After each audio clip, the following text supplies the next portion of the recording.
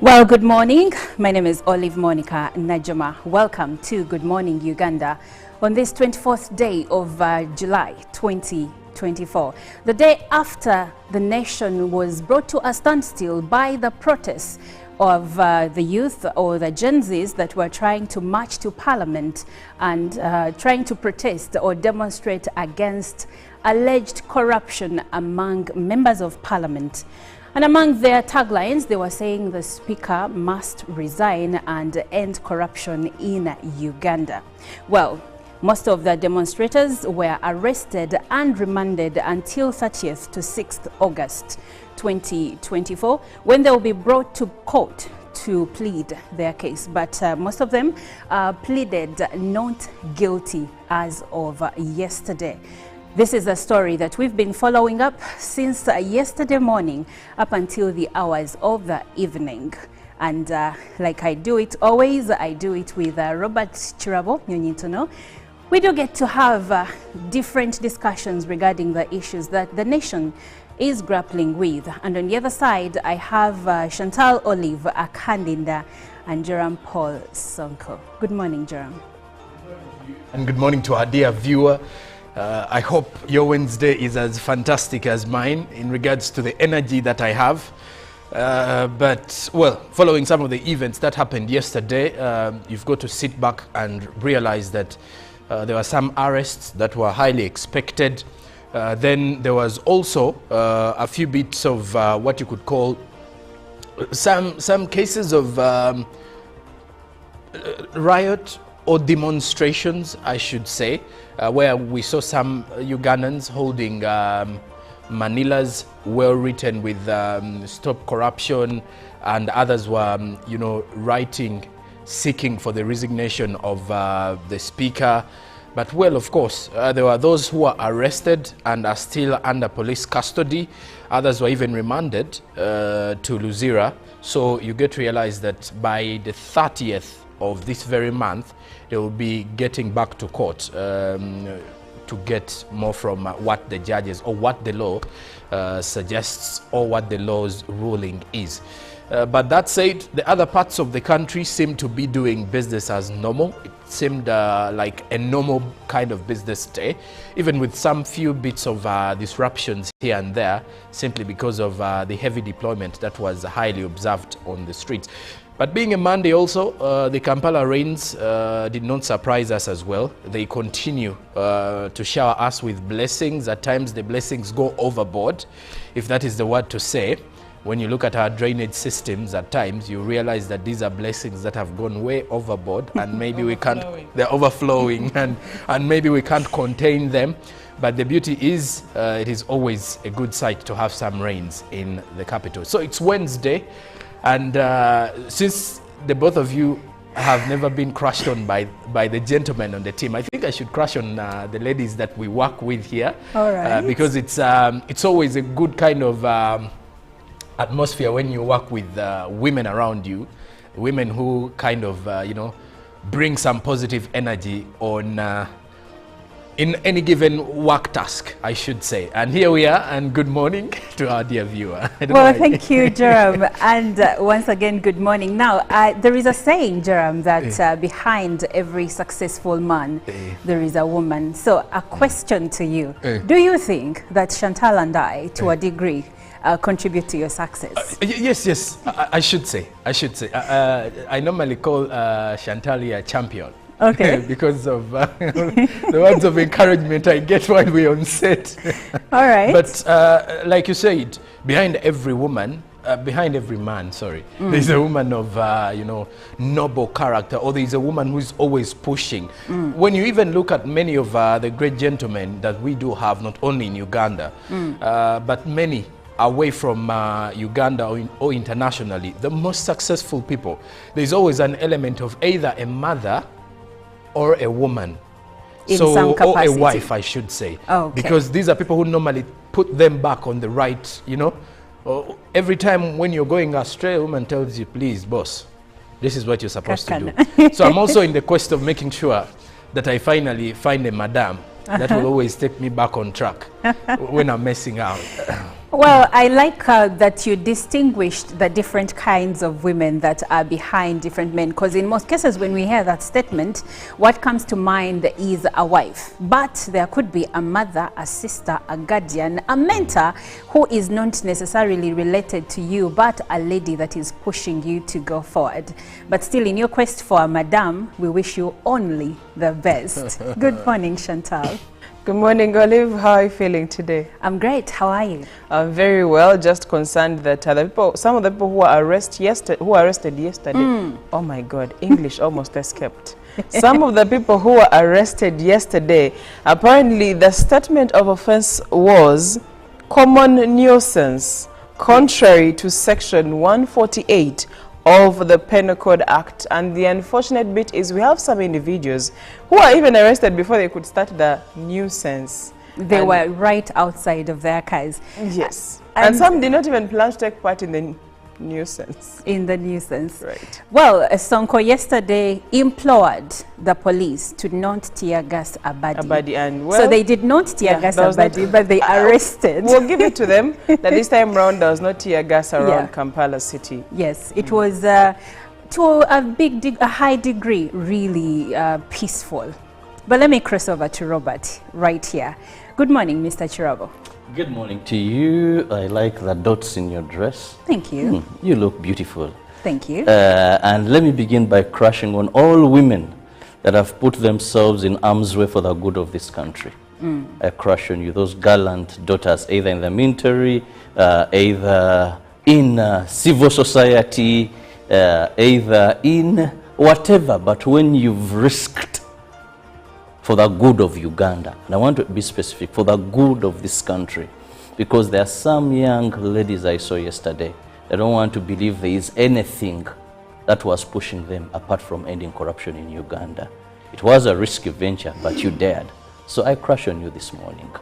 Now, moving on to what happened yesterday, I think the only thing that surprised me, because things played out as I expected, the only thing that surprised me, and I want to commend police, was the no tear gas and firing bullets, then having issues of stray bullets hitting someone. So I must say, but the youth, the act they put, I didn't expect more than that, because one, it was a Kampala affair to say, not so much in any other part of the country.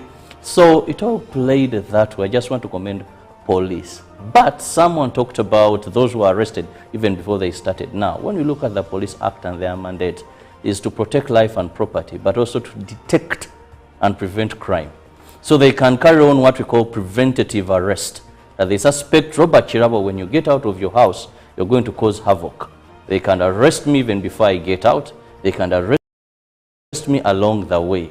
But the offense is very interesting, and for sure, if they have good lawyers, they can win. They can win. Public nuisance doesn't really bring so much, like if there were taking them on unlawful assembly. So it is a lighter offense unless the state comes up with other offenses. But if it is that, sooner or later, they'll be out. I'm sure if they have good lawyers, some of them will argue over technicalities. And most of these cases that are against them could actually be overturned or thrown out. But we'll be following these events, and we'll be bringing you updates. Those that were remanded are supposed to come back to court. Excuse me. They're supposed to come back to court on 30th July. Well, let's just begin with our local stories this morning, where we have a feed of what happened yesterday, where in the early hours, joint security agencies interception over 20 protesters were arrested before gaining access to Parliament.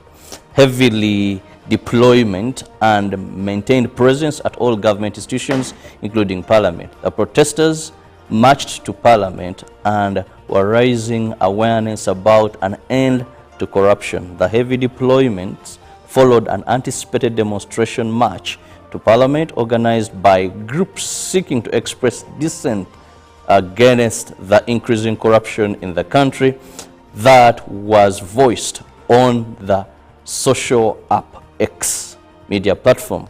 Barricades, roadblocks, and such for everyone operating within the vicinity of the August House was a must, and many had to identify themselves before proceeding. But the demonstrations were not in the vicinity. So security agencies perhaps hoped for a peaceful day, as demonstrators seemed to shun security deployments, but later were surprised when it turned out that some had managed to get their way. Scores of protesters surfaced, one in groups, others in isolation, but with the same agenda: end corruption in the August House. Security swung into action, arresting scores of protesters before getting to Parliament. At Parliament, MPs were entering, ministers were freely moving, the Deputy Speaker's convoy entered Parliament as well. The scuffle outside Parliament seemed not to bother them. The Chief Whip to Parliament, John Baptist Nambesha, told UBC his opinion on the heavy deployment in town following a peaceful protest, which is a constitutional right. Others were against such protest by the youth, saying that they cause destruction of properties and lives. The protesters' demands seemed clear: the resignation of the Speaker of Parliament, Anita Among, and the 4 backbencher commissioners, and reduction of the number of Ugandan MPs, an audit into the lifestyle of MPs, and slashing salaries and allowances of MPs to 3 million shillings. The arrest of these protesters have been ongoing throughout the day.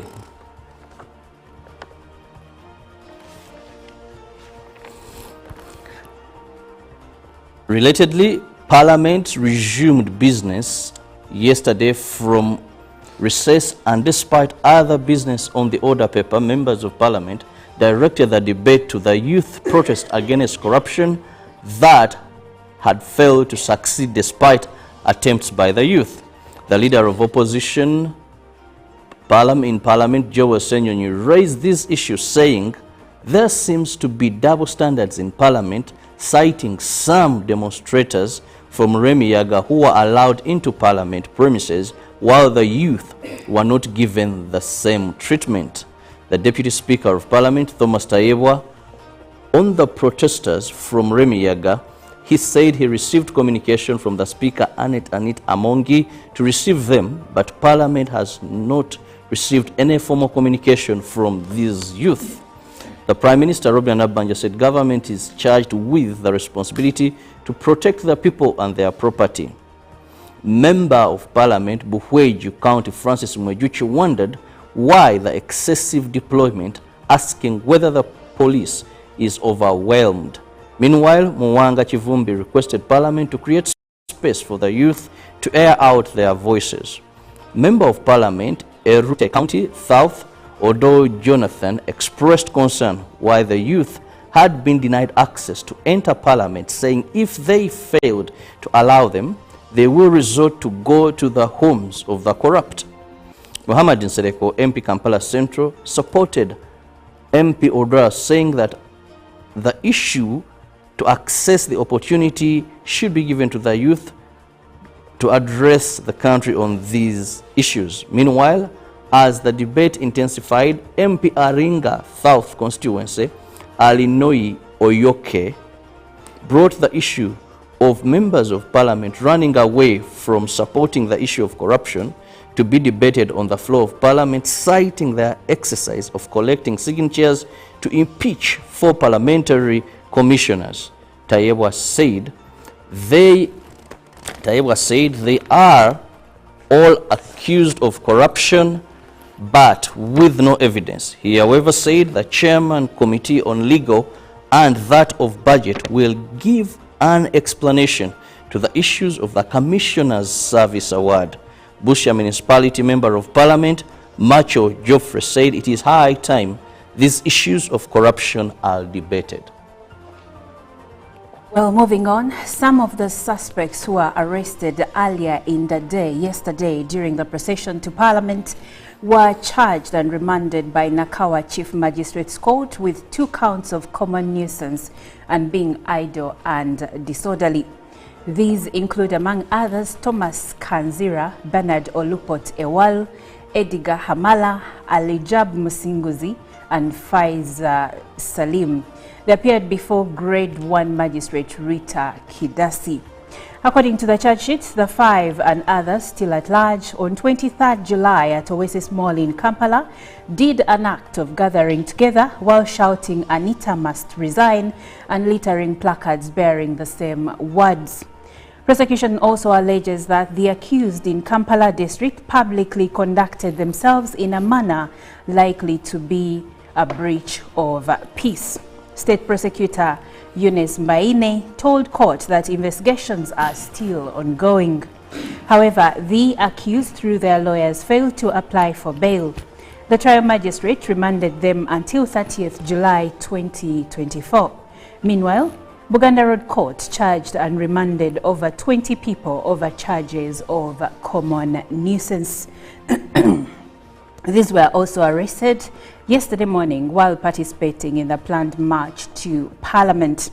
They appeared before different magistrates and were remanded to Luzira until 5th and 6th next month, respectively. This after the prosecution informed the court that investigations were ongoing. Now, in other news, the Katikkiro of Buganda, Charles Peter Maiga, has advised county chiefs to remind people on 5 pillars of Buganda Kingdom to change their livelihoods. Maiga made these remarks while opening a 3-day county chiefs retreat in Ndeba, Kampala. The Buganda county chiefs have held their 3-day retreat intending to empower themselves with leadership skills and development. Opening the retreat, the Katikkiro of Buganda, Charles Peter Maiga, advised them to focus on the 5 pillars of the kingdom.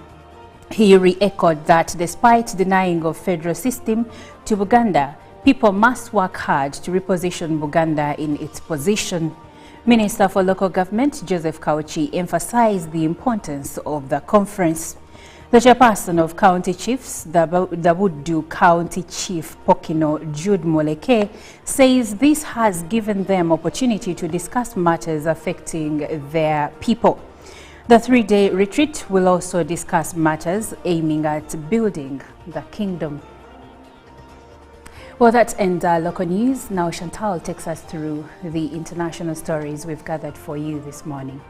Well, on the international scene, it's very interesting what is happening in the U.S. And according to Kamala Harris, she is versing against a convicted felon. And this is to note that she's a former prosecutor, so definitely this is going to be a very interesting race. Now, the U.S. Vice President, Kamala Harris, has gone offensive against Donald Trump in the first rally of her White House campaign, portraying November's election as a choice between a former prosecutor and a convicted felon. Speaking to a crowd of about 3,000 in the battleground state of Wisconsin, Ms. Harris likened her Republican opponent to fraudsters she said she had prosecuted. Trump, meanwhile, assailed her record on the border and posted on social media, "Lean Kamala Harris destroys everything she touches." It comes a day after she secured the support of a majority of Democratic delegates, paving the way for her to become the party's nominee. On Sunday afternoon, President Joe Biden announced he was withdrawing from the race and endorsed his vice president amidst mounting pressure from the top Democrats and donors following his disastrous debate against Trump in late June. The fledgling Harris campaign raised a staggering $100 million plus in the 36 hours after Mr. Biden's exit. Adding to her momentum, the new national poll for Reuters and Ipsos shows her with a 2-point lead over Trump, 44% to 42%. Now, still speaking about the U.S., now the U.S. Secret Service Director Kim Chiato has resigned after security failures surrounding an assassination attempt on former President Donald Trump. "As your director, I take full responsibility for the security lapse," Ms. Chiato said in a resignation letter to agency staff. She had faced calls from both Democrats and Republicans to step down after a contentious congressional hearing on Monday about the shooting. Lawmakers became increasingly frustrated when she refused to answer questions about the shooting at Trump's campaign rally in Butler, Pennsylvania, earlier this month. In Tuesday's resignation letter, Ms. Cheto said she had always put the needs of the agency first, and it was with a heavy heart that she made her decision. The scrutiny over the last week has been intense and will continue to remain as our operational tempo increases, she said. I do not want my calls for resignation to be a distraction from the great work each and every one of you do towards our vital mission. President Joe Biden said in a statement that he was grateful for hard decades of public service. Now, lastly, in Africa, rescue teams have so far retrieved bodies of 229 people killed in 2 landslides in southern Ethiopia, a local official told news agencies. The landslides occurred on Sunday evening and Monday morning after heavy rains in a remote mountainous area of the Gofa zone. The local authorities said the search for survivors was continuing vigorously, but the death toll could yet increase. Footage showed hundreds of people gathered at the scene and others digging in the dirt in search of people trapped underneath. In the background, a hillside can be seen partially collapsed and a large patch of red earth has been exposed. The chief administrator of Goza Zone, Dagmawi Ayele, told the BBC that the dead included both adults and children, while 10 people rescued alive were receiving treatment in the hospital.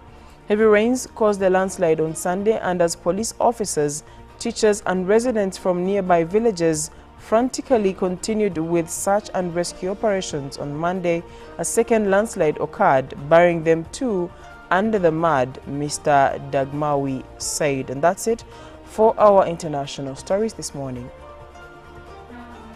Your favorite cup of coffee. Let Jerome Paulson take us through the press review. Well, the New Vision is highlighting that the ministry is set to recruit 6,000 more teachers, and the government is to accommodate more science teachers in this recruitment. Then also, leaders mourn ex-member of parliament Alepa, as demo youth have been charged, the pictorial of some of the youth that were involved in the demonstrations yesterday. And then members of parliament want to debate on graft allegations is a story that you can find in today's New Vision. Now, the Daily Monitor says corruption shield nipped in the bud. A number of demonstrators act true to their call to march to Parliament against unbearable corruption, but find the capital, as had been anticipated, packed with a cocktail of armed to the teeth security operatives. At least 50 are arrested, charged in courts spread between the hills and remanded. There are close to 7 pages of the Daily Monitor bringing you everything that happened yesterday. Now, also, there are 2 quotes of President Yoweri Museveni on corruption at the front page of the Daily Monitor. Then, in the other news, why U.S. Secret Service Chief called it quits, as NMG and KPMG to help top 100 mid-sized farms in digital drive. Also, Army spy and vendor killed in Wakiso night shooting. Find more details in the Daily Monitor. Then also in the perspective of homes, dealing with apartment defecates, says the Daily Monitor. It's giving you a report of that.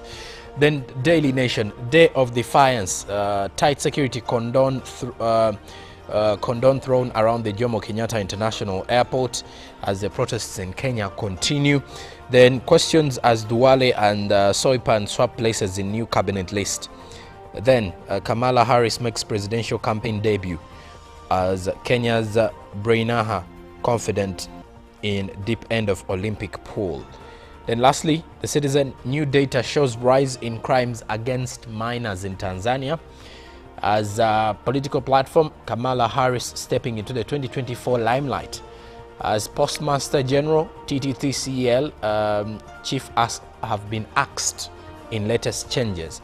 Then there is also a deal that has given manufacturers 5.4 billion Tanzanian shillings as a financing option as HIV vaccine flops in trials. This is from Tanzania. As also, there is a new task ahead for newly appointed ministers. Which tasks are those? The Citizen is giving you details. And well, That is it from our press review this Wednesday. Now, as we take a short break, we'll leave you with Callum Scott and Leona Lewis with You Are the Reason. We'll be right back shortly. Life.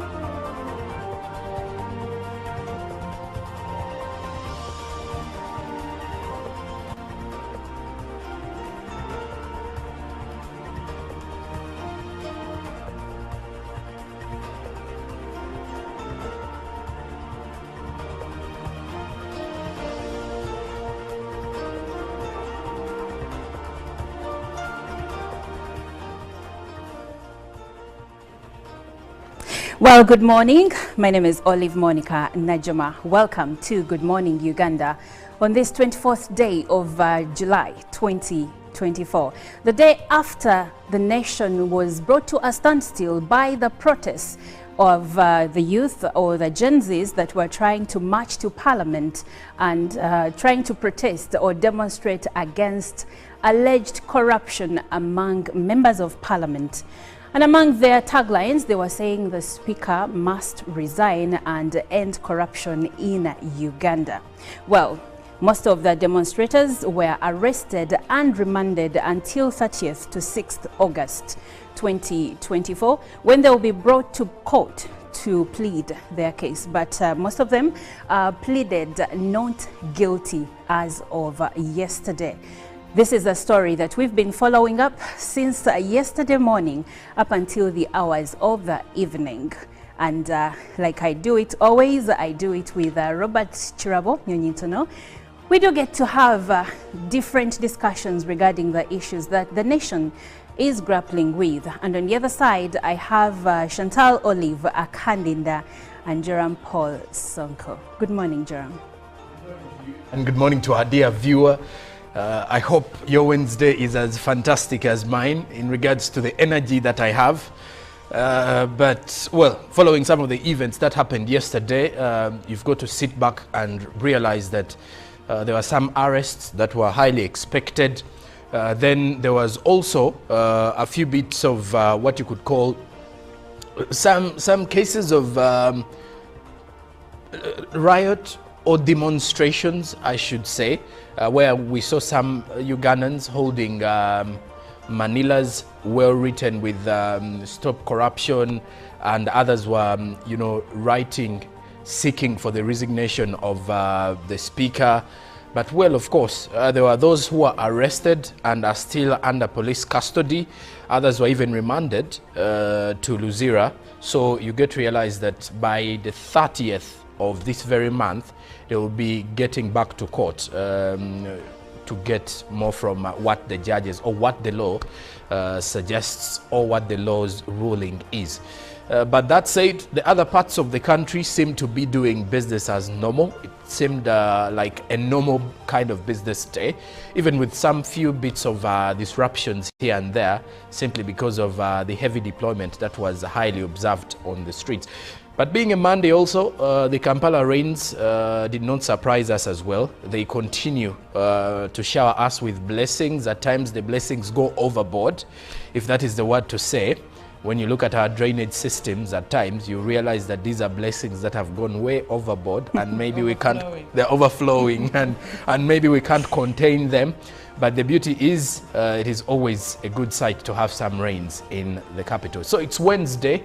And since the both of you have never been crushed on by the gentlemen on the team, I think I should crush on the ladies that we work with here. All right. Because it's always a good kind of atmosphere when you work with women around you, women who kind of, bring some positive energy on in any given work task, I should say. And here we are, and good morning to our dear viewer. Well, thank you, Jerome. And once again, good.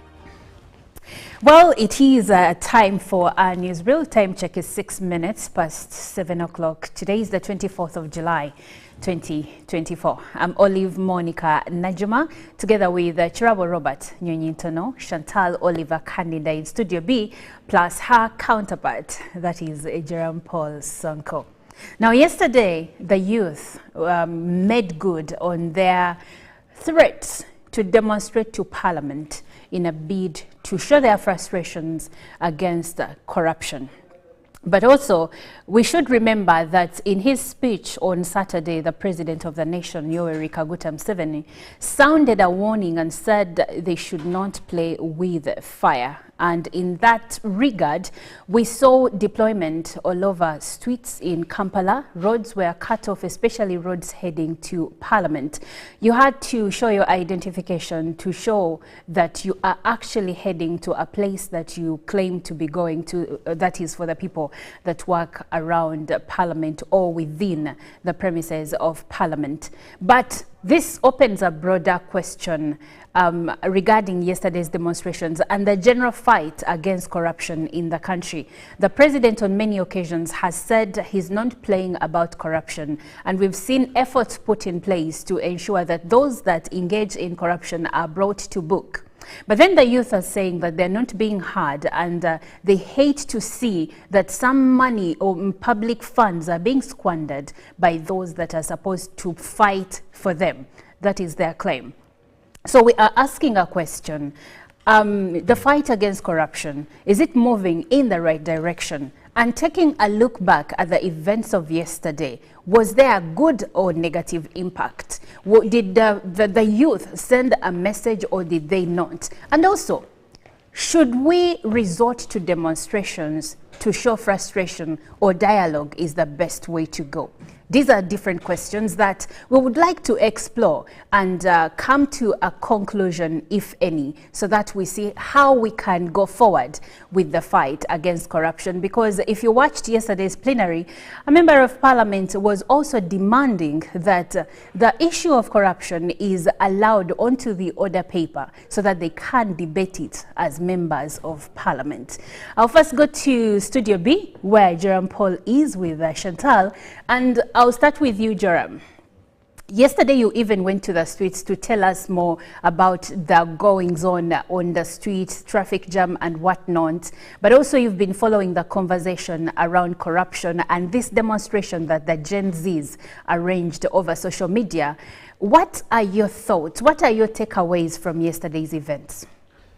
Well, my first takeaway is that in our country today, everyone seems to be on their own in regards to how things are done.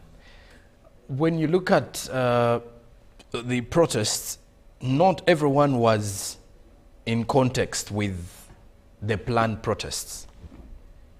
Or what I'm trying to say is that the organizers of the protests had it in mind that everyone would join the cause. Unfortunately, it wasn't the case. And then, secondly, it highly, because when you follow the plenary sessions in Parliament yesterday, it was also part of what the members of Parliament discussed, implying that it might not have had great impact, but at least the march was meant to head to Parliament, but at least the message finally reached the members of parliament, who also had ideas shared upon seeing the young people involved in this battle against corruption. Then the other observation I could say, or the other takeaway from the same, is that when you look at what is happening, you get to realize that whenever such incidents happen, we need to look at the bigger picture as a country. That at times we may look at these demonstrations as violent ones, but then we should as well look at the bigger picture, which is the message that is being spread out. What are the people trying to communicate? To me, it is very important. And yesterday, part of the demonstrations were pretty much showing that those who were arrested for the protests, because the police had already warned them before they hit the streets, that they would be doing it unlawfully. But when you look at what happened yesterday, you get to realize that there was a message that was sent out. So in your opinion, do you think that there was positive impact despite most of the demonstrators being arrested? No, there was a positive impact. Why? Because in a fight against anything that is for a national cause, yes, the truth is, however little it is always impactful, because there is always someone who looks at it differently. There's always someone who's going to look at it in a way that it's going to change their mindset towards certain things. You do realize that there are people who did not take part in in the protest, but they were on social media also sharing their grievances, which shows that those were highly impacted by the move of those who went on the streets. And then there are also those who are condemning the act. Now, those who are condemning the act are people who took it from a different perspective, because there are always two sides of the coin. There's always one who will actually push you to continue with your plan, and there will always be someone who will be calling in for an alternative.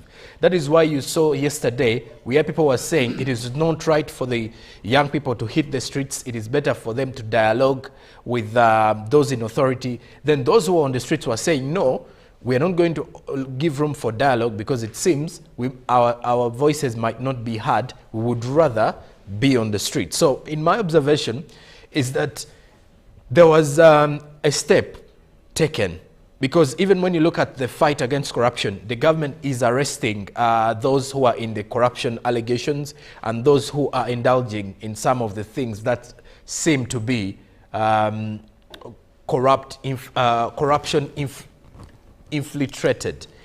And in that way, however much not so many leaders who have been alleged to be corrupt have been arrested, those who have so far served as an example is also a step. Now, what we saw yesterday was also a step towards putting an end to corruption, where everyone was trying to show that, hey, my voice also matters if we are to put an end to this corruption. Well, we are having a conversation regarding the fight against corruption, and we are asking the question, are demonstrations a reliable way to curb the vice? Do we have to demonstrate for our voices to be heard? Do we have to demonstrate for corruption to come to an end in our country? You can join the conversation through WhatsApp number 0709-602-592. You can also share your views on X, and the hashtag is UBCGMU. You can also send a direct text message on the number that is on your screen. It is also the number for WhatsApp. Now, still going back to Studio B, Chantal, Jerome did mention that the government is trying its best to arrest and bring to book those that are accused of corruption, or those for whom there is evidence that they have been involved in corruption tendencies. So why then did the youth feel the need to go to the street? Where are the youth coming from? Trying its best, I beg to differ. Okay. And we have not even moved 1% of the journey we are supposed to be moving when it comes to the fight against corruption. We have seen a few individuals, and in the beginning, the people that were being arrested on corruption and embezzlement tendencies, these were the silver fish. You know, we talked about the three levels, the silver fish, The Nile perch and which one again? No, the silverfish, the tilapia. The tilapia and the Nile perch. Yes. So we are just now starting to peep into the Nile perch, just peeping. So we have not yet even started when it comes to arresting and making sure that these individuals stop corruption. And when you try to compare, and by the way, corruption in Kenya is worse than the corruption in Uganda, just in case Ugandans did not know. And then corruption in Rwanda is highly intolerable. Even if you are suspected, as long as you're undergoing investigation, you, my friend, cannot be seated in that office. Now, let's go back to the basics. You've asked me, why do we see why are we seeing the protest coming up? It is because one moment someone is on accusations and allegations, I mean, innocent till proven guilty. Yes. Understandable. Fair enough. But this person is maintaining their work in office. You mean we can't get someone to sit in as investigations happen? And what happens to the numerous investigations? Where do they end? 1, 2, 3, the Attorney General has lost interest in the case. This is after stalling after a number of years. Yeah? Or a number of months. Then after that, this person said they are proven guilty, and then they're not supposed to be holding public office for a period of 10 years. On their 9th year, we see them holding public office. So we are seeing we are seeing details that need to be eliminated, and I presume that is partly why we are seeing some of these protests coming up. But also, you remember that there was a series of, what was it called? The Parliament exhibition. Yes. That series exposed a lot of things. This is where this conversation about Parliament and corruption started from, right? Thank you. So in this case, what we are looking at is, during the exhibition, there was true and false information in there. But then again, we can't ignore the truth that is in there. And when information keeps coming out, true or false, it is going to lead people who are disgruntled to wanting to express themselves. And that is why you're seeing these protests that are taking place at the moment. We also can't deny the fact that there was a leaf borrowed from our neighbors, because I'm wondering, if the neighbors had not protested, would we have seen the Gen Zs in Uganda picking up and saying, okay, now we are tired, we need to go and fight? There was also a leaf borrowed, and probably for a good cause, or maybe it was an inspiration, if I may put it like that. But the reason as to why we are still seeing the protest, much as there has been trials to hold some of these people accountable, it is because to a certain degree, it has been to no avail. And this is why there's been the prevalence, and it has led to these protests. The youth, those that you get to interact with, they are tired. How many graduates are commissioned out every single year from the different public and private universities? How many of those get to have jobs? How many individuals who are supposed to be benefiting from certain government schemes have not benefited from them? And then we see reports of people refusing to appear in court because they could not account for the parish development model money that was given to them. For the Youth Livelihood Fund. Thank you. For the so when you look at all those things, definitely it's been a long time coming when it comes to these protests. And do you think that this is the end to it, or probably in the future the youth may even come back stronger? I cannot put my words to that. From your observation of the events that happened yesterday, it is going to take strong will. It is going to take consistency, and it is also going to take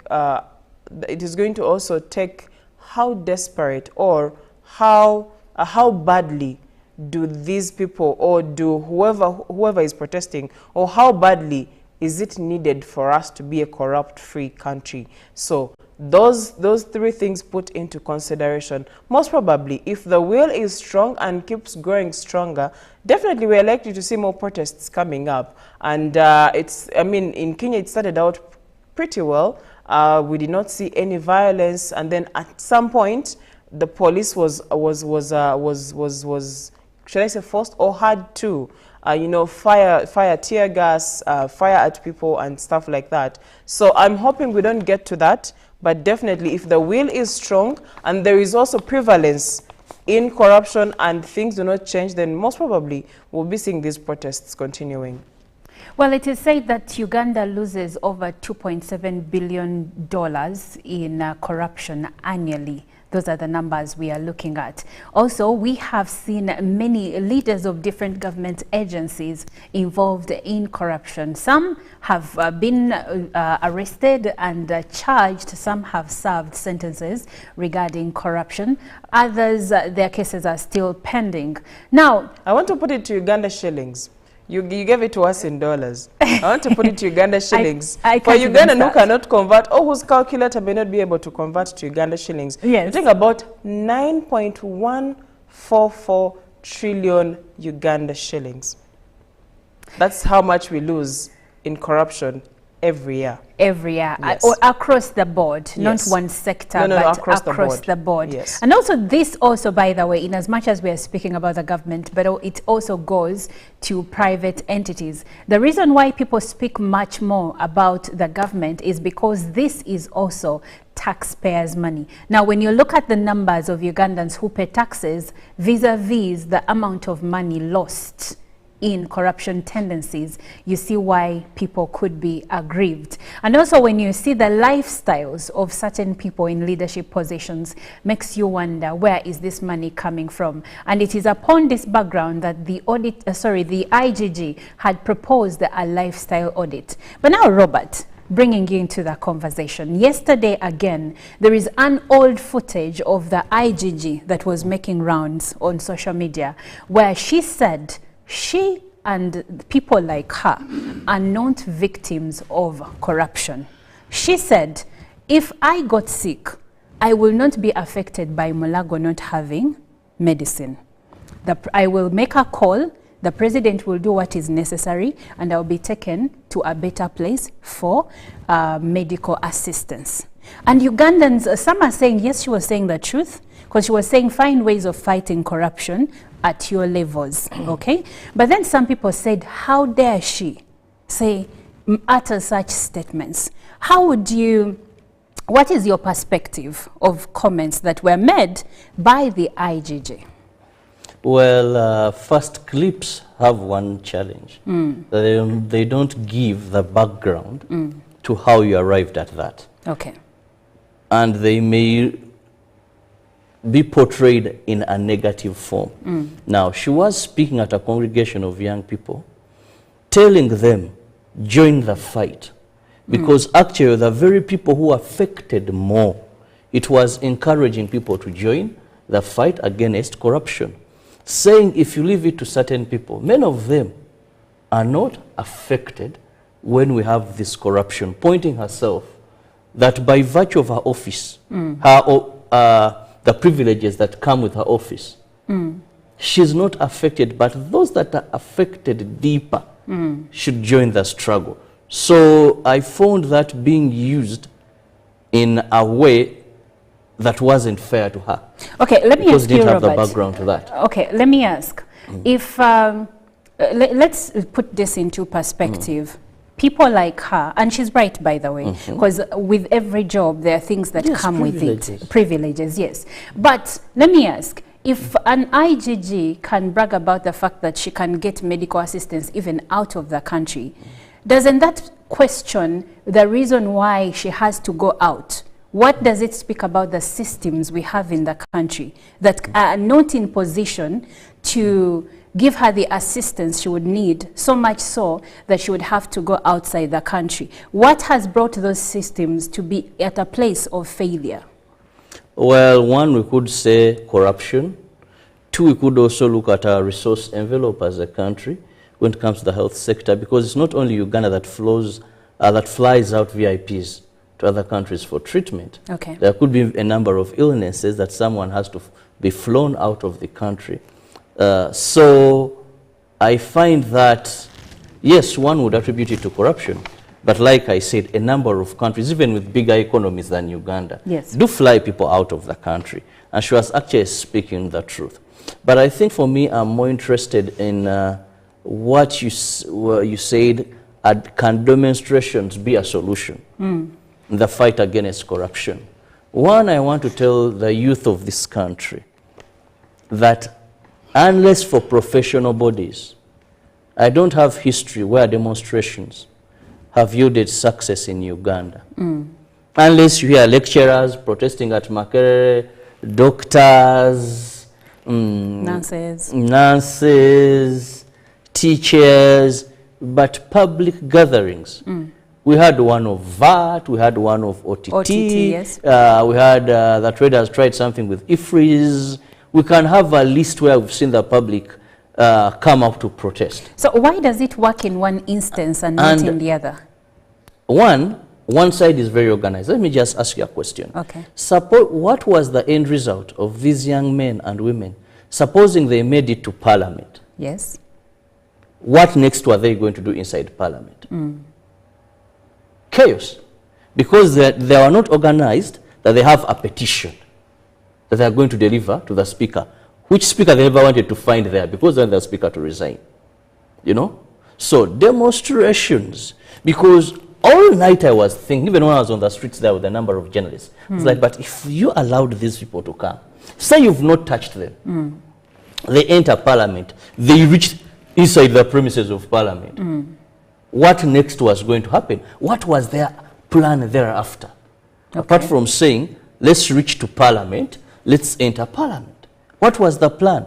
Was it the Kenya incident? Take the speakers and all that, sit in there, enjoy food in the parliamentary canteen, you know, take selfies and post we are now there. It befits understanding.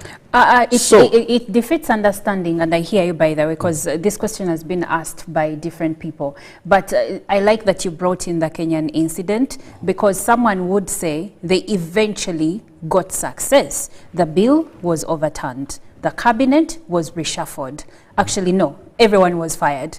So maybe that's what they thought they would get. What do you think? Maybe if they thought that way. Maybe if they thought that way. But I've given you, you know, you also must understand a number of things. When you're talking about situations, yes, you must analyze properly. We come from a military government that mixes both, that is so sensitive when it comes to issues of security. Because this government knows that with only 27 guns, and a few people, you can overtake. The once bandits and all that, yes, took a government. So it's not a government that takes chances. Now, many times demonstrations have not worked. What if these youth had had a proper organization and written properly and said, like what I saw some members of parliament, I think it was Mwanga Chivumbi, saying, let's give them a platform, even here in parliament. They come, they talk to us. We listen to what they are saying as parliament. Someone stands and says, Madam Speaker, basing on evidence, you're corrupt. This and this is what we have, civil society. Or if there was a conglomeration of civil society, the youth, and frankly, the media captures, you know? We have this in a systematic order, then what are your demands? Well, Robert, I have some views coming through, and John Odia from Tororo says, police and other security agencies in Uganda lost value. It would have been police to facilitate the procession to parliament, but not to wage a war against the protest, which was peaceful at the commencement and became a riot at the end. Secondly, police should stop considering Ugandan citizens as their enemies or opponent. Now, owing to what you just said regarding government being security sensitive, do you think this is where police is coming from? Well, one, on the other side, first, for yesterday's case, to a certain extent, I want to commend police, because you didn't see, there's one word whenever I have a riot that I don't want to hear, and I hate. When police mentions stray bullets. Yes. I said, a stray bullet? A trained officer, a stray bullet? So we didn't have that nonsensical thing of stray bullets. Yes. Two, we didn't have the tear gas. But also, on the other hand, we must look at, you know, police, we have laws in this country. And much as the POMA was discouraged to a certain extent. But you see, these criteria for you to demonstrate, much as you have your human rights, There's a criteria you follow so that as you're holding your rights, the rights of others are not trampled upon. Now, you must inform police, not seek permission. Inform, then work together to plan. So these, if they never had such an arrangement, how do you plan for people you don't know? You said people are going to come seek from permission. Yet, You so inform. where does so if you say not seek permission, because there have been cases where police has said this gathering is illegal because we were not informed. But the demonstrators say they have been preparing this for over a month, and they say they informed police of their intention to march. Now, when you inform police of your intention to march, you come out with a plan. Both of you agree on a plan. And if they see that your plan or what you want to have is in line with peace and security, protecting lives and property, prevention and detecting of crime, then they'll give you a leeway. We've seen NUP doing this on several occasions. We've seen a number of organizations. We once had the judges and lawyers, the fraternity that walked from this place to this. So it's not just that because you've informed them, then go ahead. Well, as we close, I have a comment here again, and this one says, demonstrations are the last option to end corruption because many years ago, it's been just a song and there has been no serious action that has taken place. This one says, please leave your names. It's very important for me to know your names. Those who don't support youth demonstrations are the sons and daughters of corrupt officials. And I'll end with Eriko James, who says he's watching from Chiruhura, and he says, to me, this is the right canal youths have taken so far, right channel the youth have taken so far, and their voice will be heard easier than being calm. I liked that. More views are coming through, but I can't share more. Thank you so much for sticking with us and watching Good Morning Uganda. Now, we do take a short break, and when we come back, we have Good Morning Uganda Tourism Express, and Jerome Paul will be coming later with the business updates.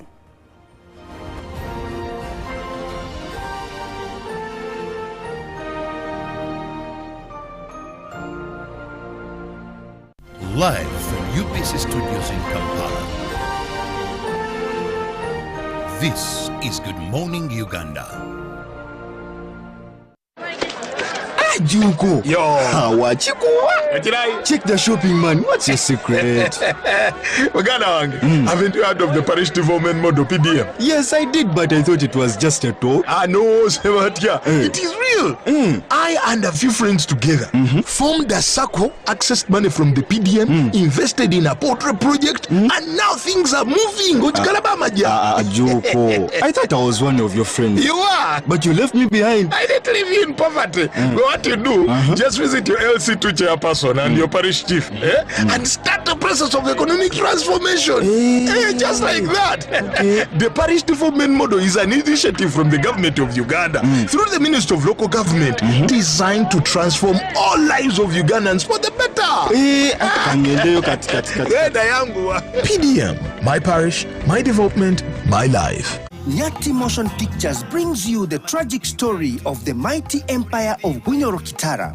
Enjoy the story of Africa's mighty warrior Omkama Kabalega in Tuko Pamoja Bunyoro segment. Bunyoro would have simply created an East African community that we are looking for today. When the Bachweze weekend that we see the emergence of all these other kingdoms that were under Bunyoro kingdom. That's Buganda, Bunyoro, Karagwe, Rwanda, Burundi, Nkore. We are similar people. And genetically, we are even the same people. Use that word, pamoja. Kagadi at URDT Institute on Friday, 2nd August. Hoima Resort Hotel on Saturday, 3rd August. Masindi at Vija Hotel on Sunday, 4th August 2024. To get a ticket, call 0778 787 660. Tuko pamoja? Live from UPC Studios in Kampala.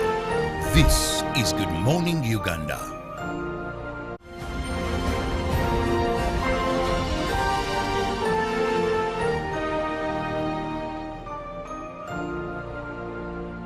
It's actually nice to know that you can feed the giraffes here at work. Getting so close to them, feeding them. Actually, they are very gentle animals. Giraffes are one of the most amazing animals that I love. Meeting, feeding. Maybe because we are totally opposite, because when you see my height, I'm definitely very short compared to giraffes. Now look at this young giraffe. It is very tall. She's very tall, actually. I think I'm just not even halfway. But I love giraffes. However much they are totally the opposite of mine. And this is the GM Tourism Express at UBC. Thank you so much for keeping around, sticking around. My name is Aine Magara, and I am a zookeeper at the Uganda Wildlife Conservation Education Center. Today we are going to talk about the giraffes, the tallest land animals that can go up to 13 feet. That's quite tall.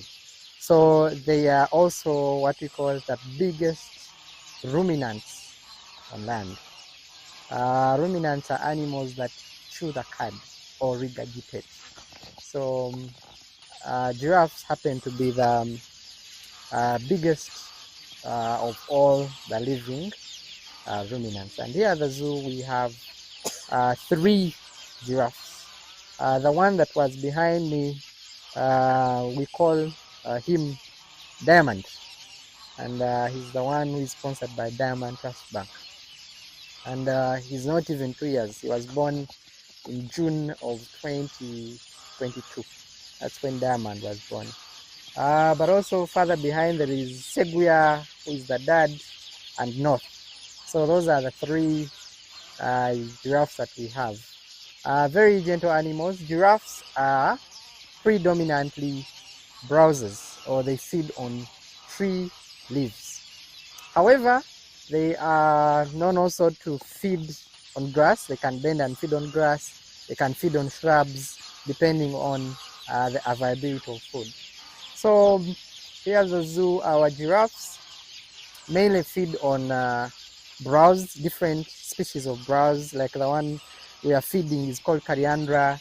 So they at least have 4 hips, 4 very big hips of browse, which we raise because these are tall animals and they feed from on tall plants. So we have pulleys, we raise their browse up. We feed in the morning, we also feed them in the evening.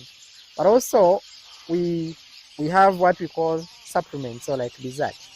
From bananas to eggplants to cabbage to bitter berries to most of the vegetables.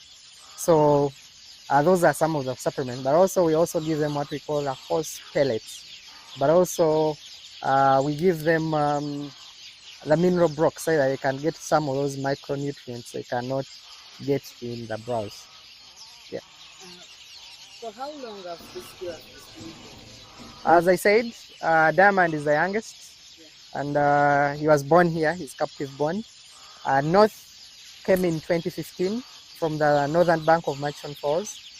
Seguia, who is named after our former executive director, Dr. Andrew Seguia, was also from Murchison, and he came in 2009.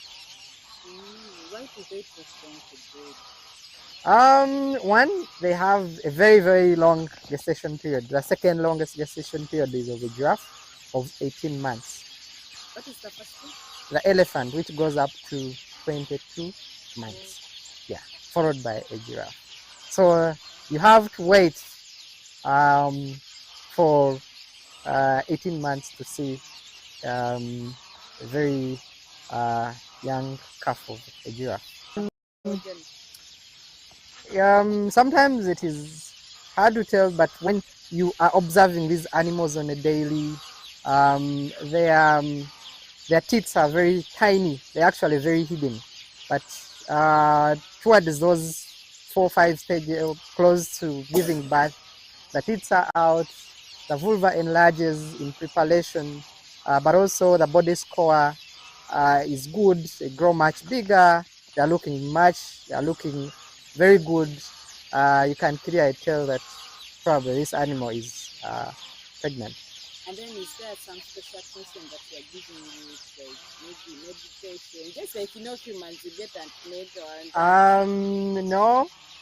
These guys, they usually have natural birth, but in case we monitor them during especially that critical time, such that in case it needs assistance, our vets can be on standby and they assist in giving birth. But most of the giraffes that have given birth, they give birth on their own.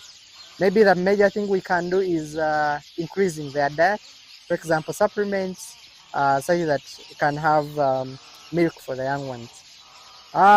In terms of weight, height, 4 feet, and probably around 40-50 kilos.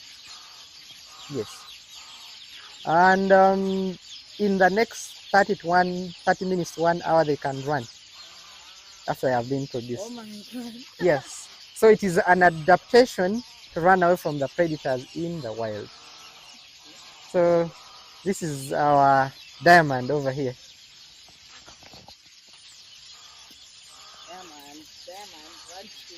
Everything. That was it from Awake. There are so many different species that you can actually enjoy sighting here at Awake. But behind the scenes specifically takes you to about 5 or 4 wildlife species here. So that is the giraffes, the rhinos, lions, the shorebill, and the chimpanzees. So, but besides the behind the scenes experience, there is a lot that you can spot here at Awake. You can see, if you're a reptile lover, the different snake species here. You can spot the elephants, zebras, a lot that you can actually spot at Awake. So if you're a wildlife lover, but you also need that bit of leisure, please find time and explore the beautiful Awake that we have. It is an exosuit that is so popular, like I said, not just in Uganda, but Africa-wide. Numbers of tourists come in the country just to visit Awake. And then there is you, a Ugandan who has been in the country for more than 20 years, and you've not even thought about visiting this place. Please find time and explore Uganda and see the beautiful nature that God placed in our country. Thank you so much for keeping around. I am Irene Alena Misango, Uganda Uncovered. Stay tuned in. We shall take you around Uganda at the comfort of your desk or your phone or your TV.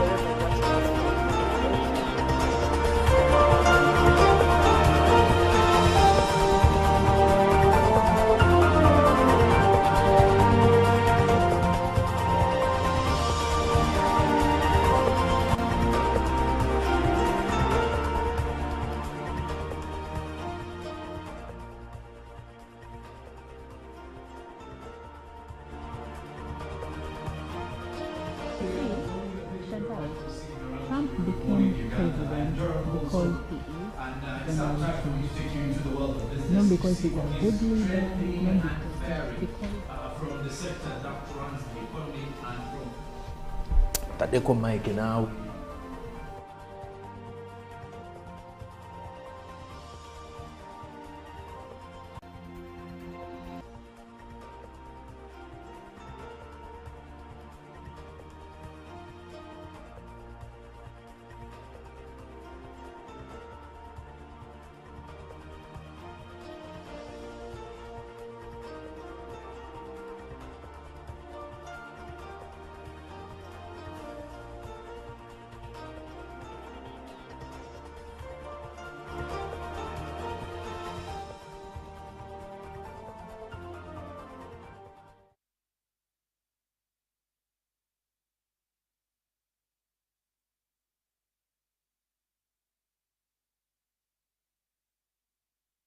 Well, good morning, and thank you very much for sticking around to Good Morning Uganda. I am Joram Paul Sonko. Sorry for that bit of technicalities, but here we are to talk matters business. We are looking into what is bringing the money into the country and what is faring from the same sector of Uganda's economy. Now, kicking it off this morning, farmers under their umbrella body, the Uganda National Farmers Federation, want government to focus on areas that can promote agro-industrialization, such as irrigation and mechanization, to allow production on a large scale. The Chief Executive Officer, Uganda National Farmers Federation, Perezi Kaumi, stresses that promoting agro-industrialization will create more employment for young people and ensure the country's food security. Now, government singled out agro-industrialization as a driver of economic growth and development.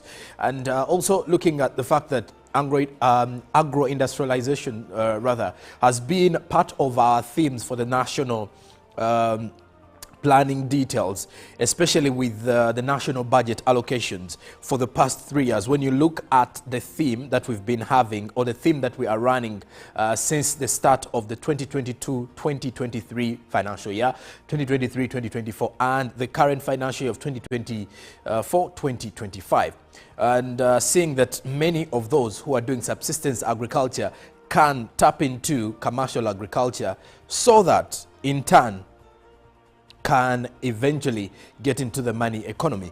And most of the efforts by the government, especially when you look through some of the projects, for example, PDM, when you go through the success stories of the parish development model, most especially around the country, many of those are dealing in commercialization of agriculture, or are dealing in commercial agriculture, especially the small-scale farmers who have now turned their craft, or what you could call, their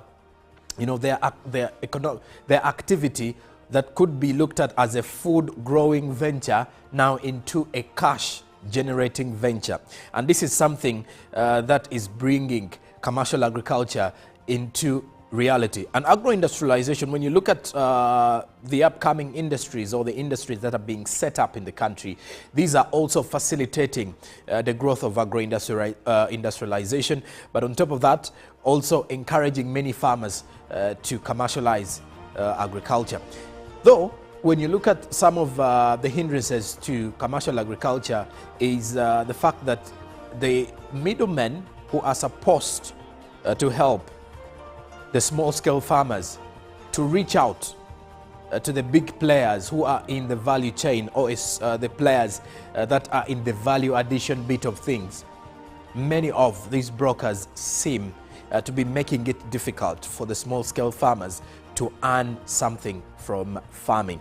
But besides that, the agriculture show is one that is also being looked at, and it is scheduled to kickstart off on the 26th of July to the 4th of August on the theme Innovating Pathways to Farm Businesses Led Agro-Industrialization. And when we speak about the agriculture show, all our eyes turn and focus to Jinja, because that is where the annual agriculture, one of the biggest agro-cultural expos across the East African region, happen. Now, the agriculture show will showcase innovations in agriculture, promote knowledge sharing, market linkages, and engagement with policymakers and farmers to highlight issues affecting the agricultural sector and pretty much prepare them for agro-industrialization, and also enable the farmers get to know how to deal with different seasons, address climate change,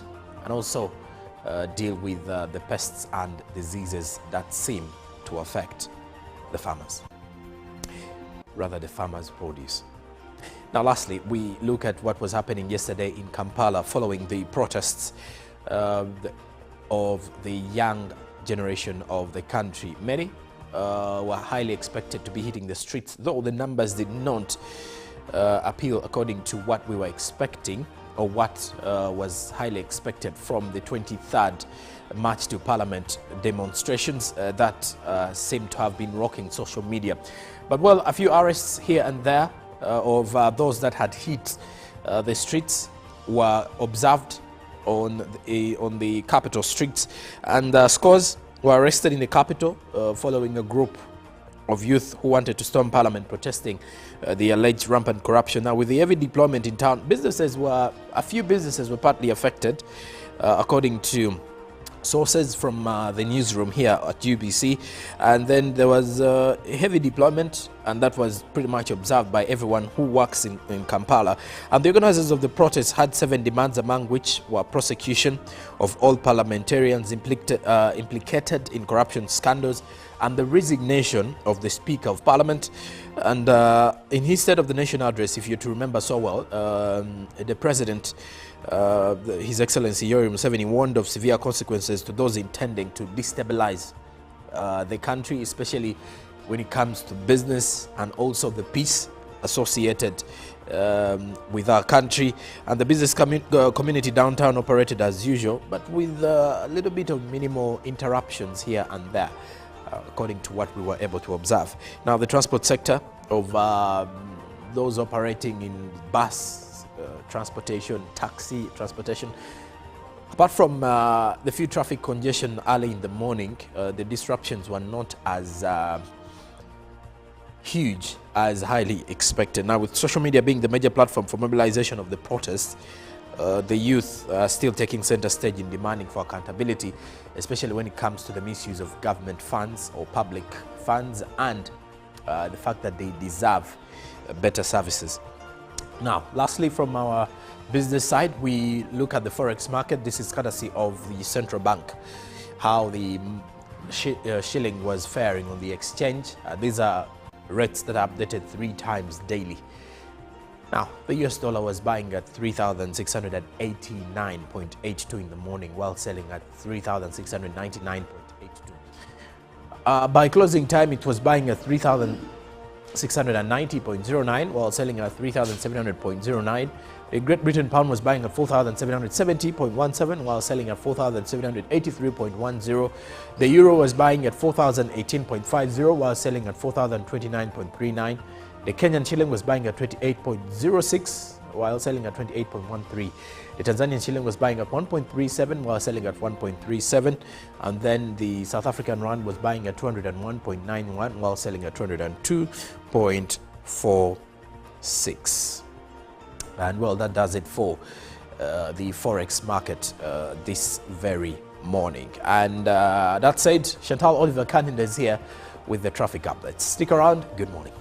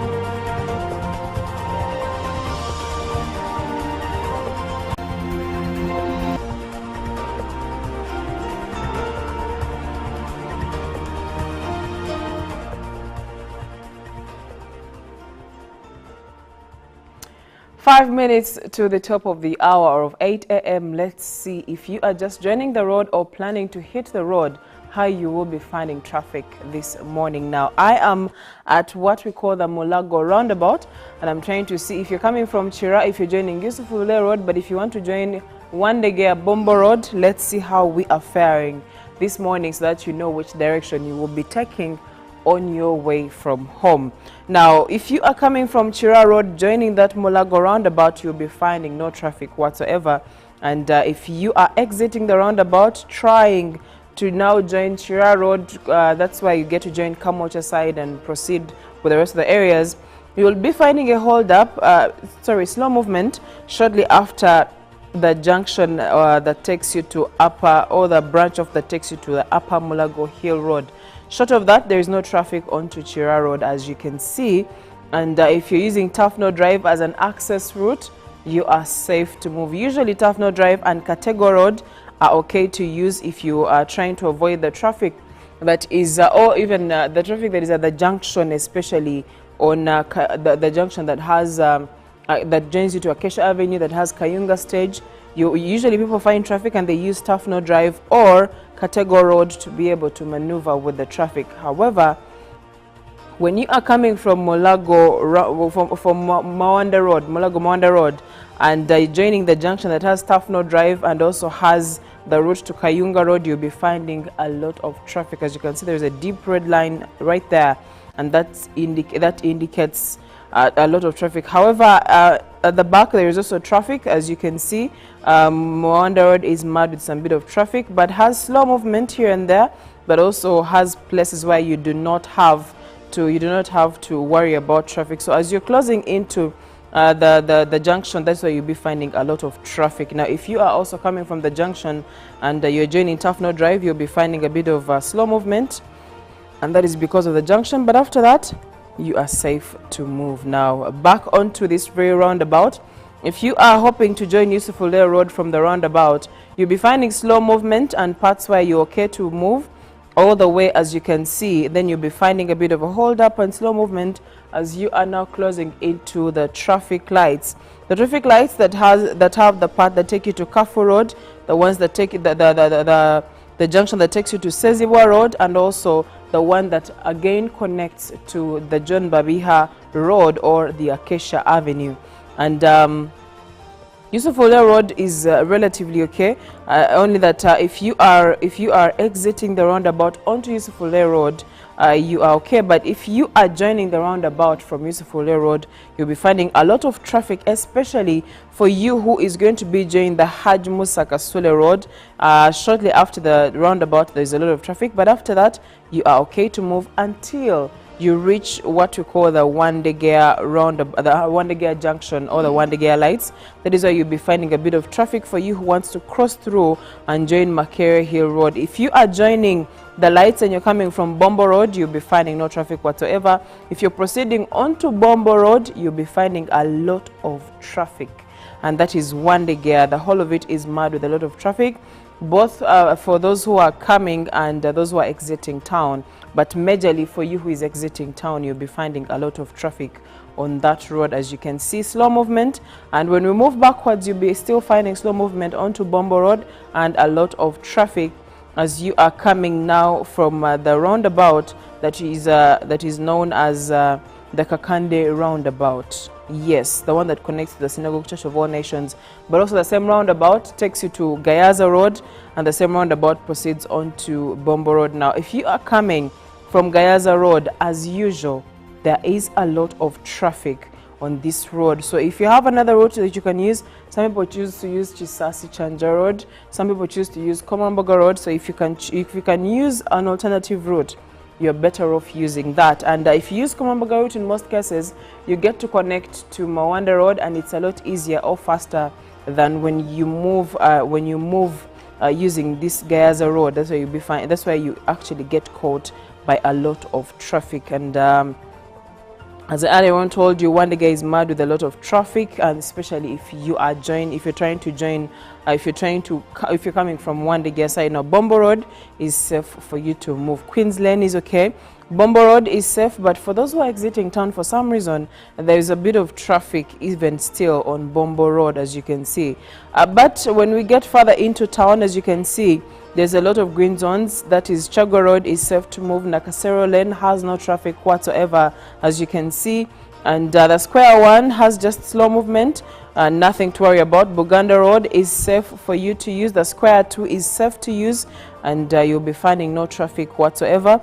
But if you are now in town trying to join Luwum Street, you'll be finding a lot of traffic on there. Now, onto Kampala Road, if you're coming to town and using Kampala Road, you'll be finding slow movement and parts that have a lot of traffic. And if you are using Kampala Road, that is how you're faring. If you have an alternative route you can use, which I highly doubt, you can actually go ahead and use that route. Now, if you are connecting onto Ginger Road, you'll be finding some bit of traffic and slow movement until you get to your destination. Now, that's it for our traffic updates this very morning. Good Morning Uganda agenda is coming up next, so do stick with us.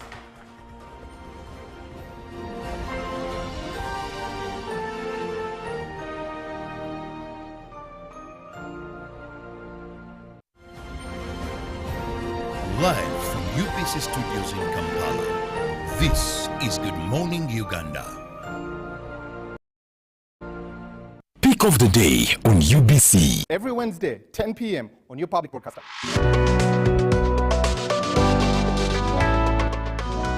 was brought to you by You can now get all the Chibuzi out with MTN voice bundles. Call all networks. Kubei Dondoro. Buy a 25-minute voice bundle for only 1,000. Or buy any daily voice bundle of your choice. Dial *100 *21 hash and select daily or use the My MTN app. When we talk together, we are unstoppable.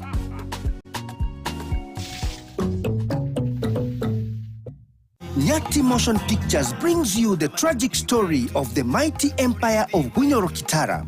Enjoy the story of Africa's mighty warrior Omkama Kabalega in Tuko Pamoja Bunyoro segment. Bunyoro would have simply created an East African community that we are looking for today. When the Bachweze weekend that we see the emergence of all these other kingdoms that were under Bunyoro kingdom. That's Buganda, Bunyoro, Karagwe, Rwanda, Burundi, Nkore. We are similar people. And genetically, we are even the same people. Use that word, pamoja. Kagadi at URDT Institute on Friday, 2nd August. Hoima Resort Hotel on Saturday, 3rd August. Masindi at Vija Hotel on Sunday, 4th August 2024. To get a ticket, call 0778 787 660. Tuko pamoja? Juko. Yo. Hawachikuwa. Check the shopping, man. What's your secret? Uganda wange, haven't you heard of the parish development model PDM? Yes, I did, but I thought it was just a talk. No, Sebatia. It is real. I and a few friends together formed a circle, accessed money from the PDM, invested in a poultry project, and now things are moving. Juko. I thought I was one of your friends. You are. But you left me behind. I didn't leave you in poverty. What you do, just visit your LC2 chairperson and your parish chief and start the process of economic transformation. Just like that. The parish development model is an initiative from the government of Uganda through the Ministry of Local Government designed to transform all lives of Ugandans for the better. PDM, my parish, my development, my life. Radio 7 masindinga bulijjo egenda kujakanya emyaka esatu mu nsike nga 3.8 mu kisaawe ky'e Masindi anti Lwatamabaale Sobodonkole nga bulijjo nga bw'okimanyi ebyokulya n'ebyokunywa byonna bya bwerere anti ate kuleetedde abayimbi ab'amaanyi Eddie Kenzo ne Big Talent yonna lukoba ku lukoba kwekata n'abayimbi b'e Bunyoro bonna tutandika ku makya tukigalewo ku makya g'enkeera okuyingira mu twalo gumu gwokka jangu onyenyegali b'enjole mu Lwatamabaale anti nga Radio 7 ejaganya emyaka esatu mu kisaawe e Masindi nga 3.8 tusookawo n'ebyemizannyo omuli omupiira okubaka okudduka nga biwagiddwa Sugar Limited, Chairman Corporate Drinking. Balam Sounds, Baitu Group. Everywhere you go, MTN.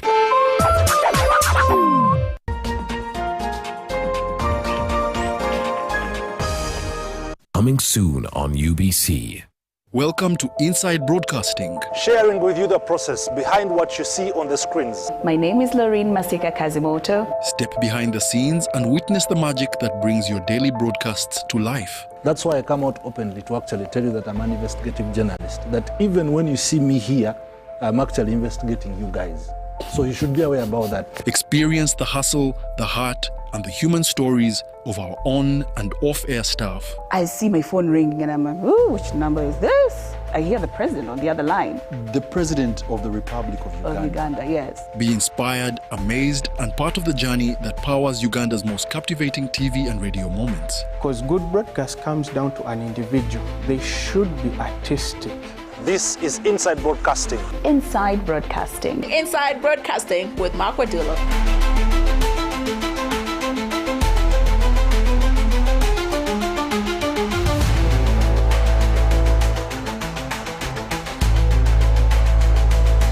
Coming soon on UBC.